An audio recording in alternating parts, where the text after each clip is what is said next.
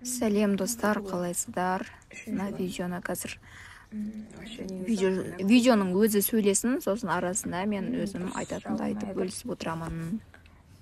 Яғни менің состоянием қандай болды? Мынау не? Дұрыс шайналмай жатыр. Шайналмай жатыр дегенде, мысалы, тістеймін ғой. Мына жақ ашылмай жатыр. Мына жақ басқарылмай жатыр ше. Қиын болады.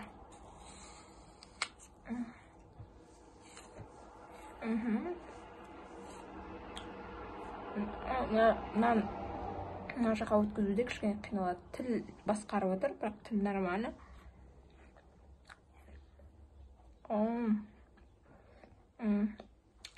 Істей алмай жатыр. Яғни мен лицевой неврит болды бетімде, яғни бір жақ бетім, сол жақ бетім істемей қалды, нервтар шамалдаған, нервтан, в общем, нерв әлсіз болғандықтан, жаңағыдай нерв қатты күйзеліске түскеннен дейді негізінде. Сондайдан нервтің нелері дұрыс жұмыс жасамағандықтан, жаңағыдай сол жақ бетім жұмыс жасамай қалды.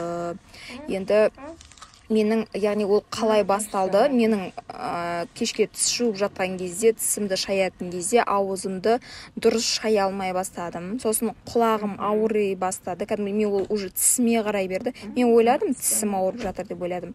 Солай басталды негізінде.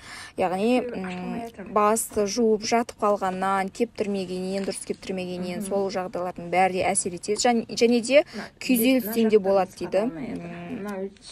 Яғни осылай мен негізі мынау үшінші күні ғой, негізінде менде пятница күні кешке басталған, суббота күні жазылдым невропатологқа. Ол невропатолог келесі аптаның четвергіне ғана жазылды.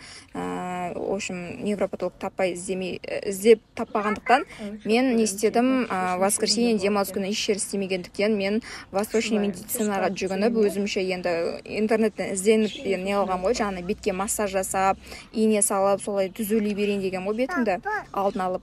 В общем, осылай мені бірінші мен восточный медицинаға бірінші емді массажды алып, бұл жерде бәрін жасадым.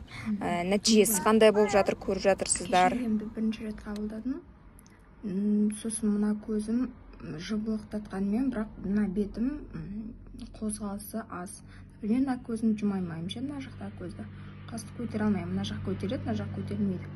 Сосын жеген кезде мына жақпен шығып кетеді ше, мына жақ басқара алмай қалады. Ерінің нелері ішке кіріп жүрсем, шайнай береді, но бірақ басқара алмайды ше. Ашқан кезде де мына жақпен салам, өйткені мына жақ ашылмай тұр дұрыс. Ашылады, бірақ бүйтіп өзім ашып, бүйтіп сабатын ше. Мына жақпен жіберілген не? Мына жіберу үшін қазір аузым ұстап тұрам кішкене. Мына жерге келсе басқара алмай қалады, шығып кетеді ше. Бүгін бұйырса екінші емді қабылдаймын.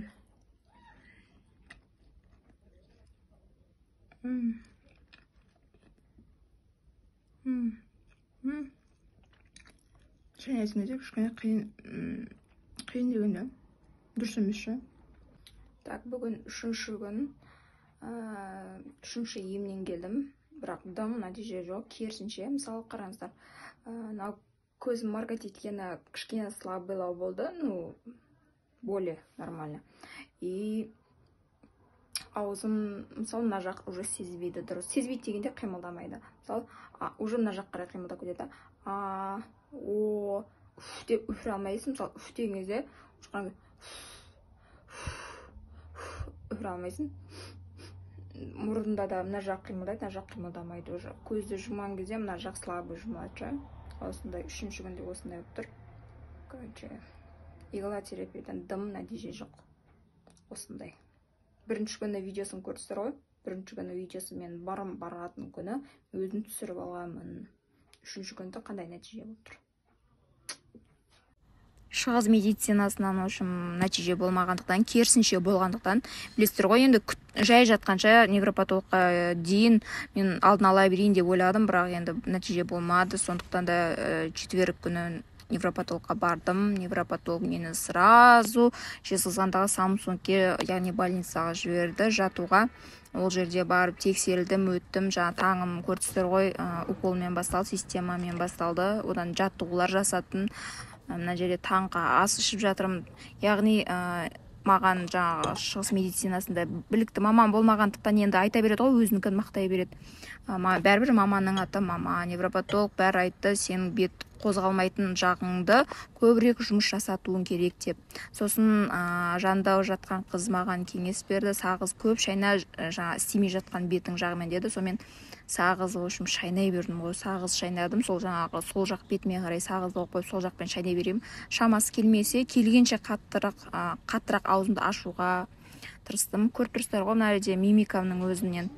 Сонымен, в общем, бір емнің бірінші жаңа системалардан кейін массаж алдым. Сосын мынандай биоптронға, ыстық бетке лампаға отырдым. Осын Денс деген осындай бір аппарат бар, беттің жалпы не дейді, беттің бұлшық еттерін жаңағыда сездірту үшін, қаншалық сезімталдылығын жақсарту үшін осындай аппаратпен кішкене 5 минуттай жұмыс жасай отырамын.